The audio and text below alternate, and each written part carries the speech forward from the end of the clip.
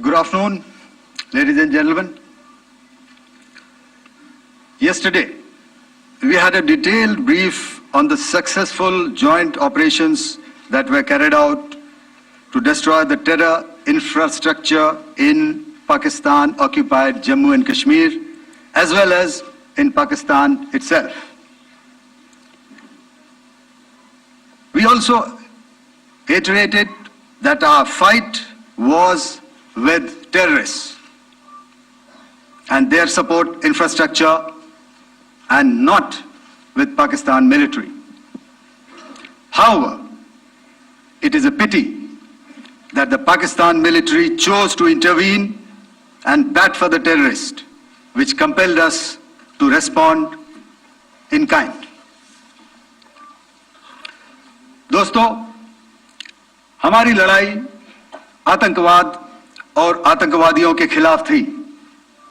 इसलिए 7 मई को हमने केवल आतंकवादी ठिकानों पर ही हमला किया था। पर अफसोस इस बात का है कि पाकिस्तानी सेना ने आतंकवादियों का साथ देना उचित समझा और इस लड़ाई को अपनी लड़ाई बना ली। इस परिस्थिति में हमारी जवाबी कार्यवाही अत्यंत आवश्यक थी और इसमें उनका जो भी नुकसान हुआ वे खुद इसके लिए जिम्मेदार हैं। हमारी तरफ से हमारी एयर डिफेंस सिस्टम्स देश के लिए दीवार की तरह खड़ी थी और इसको भेदना दुश्मन के लिए नामुमकिन था। This brings me to the point, how have Indian forces managed to minimize the damage to both civilian and military infra in the country, in spite of the unrelenting efforts by the Pakistani forces? Most of you and the majority populace within the country have had a lot to say about the layered and integrated air defense systems put in place by the Indian Armed Forces, which includes the assets of the Indian Army, the Indian Navy, in addition to the primary air defense assets of the Indian Air Force.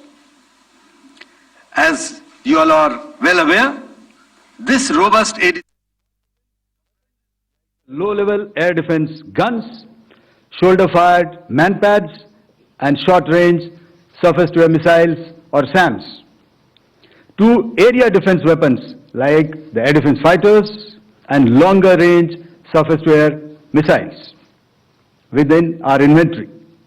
Additionally, the numerous waves of drones and unmanned combat aerial vehicles employed by Pakistan were also thwarted by the indigenously developed soft and hard kill counter US systems and the well-trained Indian air defense personnel.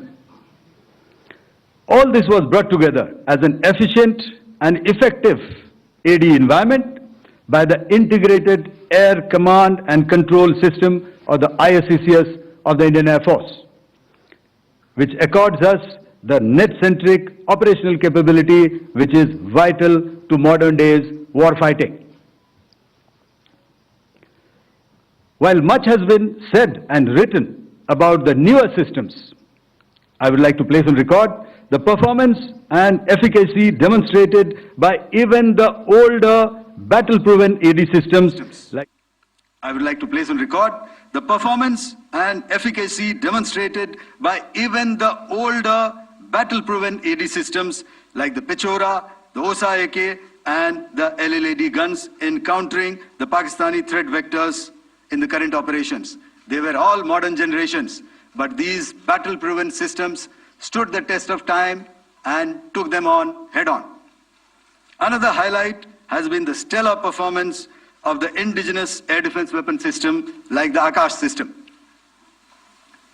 Here, ladies and gentlemen, I would like to mention that putting together and operationalization of this potent AD environment has been possible over the last decade due to unwavering budgetary and policy support provided by the Government of India in acquiring state-of-the-art equipment and weapon systems. Some of the results achieved in countering the enemy threat vectors over the last week are now being shown on the screen.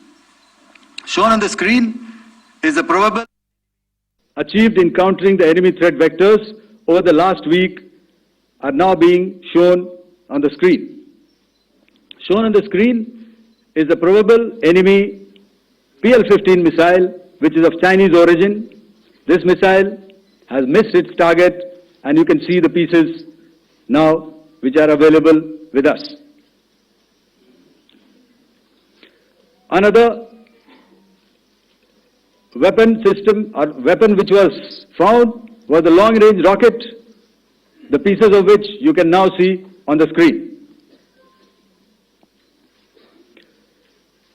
We have talked about the loiter munitions and the unmanned aerial systems, and here are some of the glimpses of those systems which we have brought down. To your right, with the right undercarriage or the wheel, you can see is the Yeeha system, which is of Chinese origin with Pakistan. You can see some quadcopters, and you can see one odd Sonka drone hanging by the wire.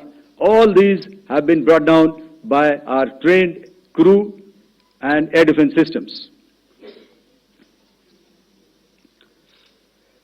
As far as our offensive actions are concerned, yesterday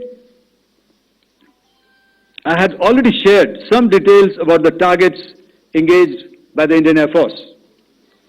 The composite picture of the Indian Air Force targeting so far is now shown on the screen. As you can see, we have targeted the length and breadth of the adversary.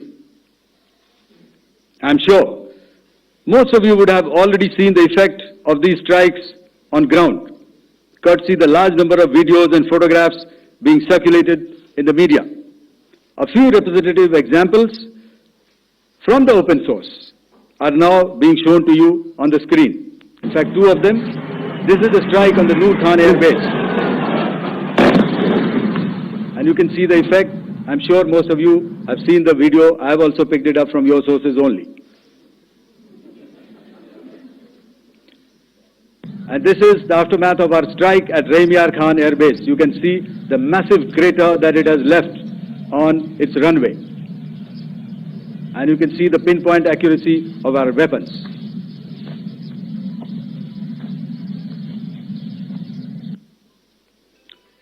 So with that, giving you an overview of how our air defense systems have thwarted the enemy drones, their fighter aircraft, their missiles, and resulted in minimal losses on our side. I would now hand over to the DGMO to cover his portion.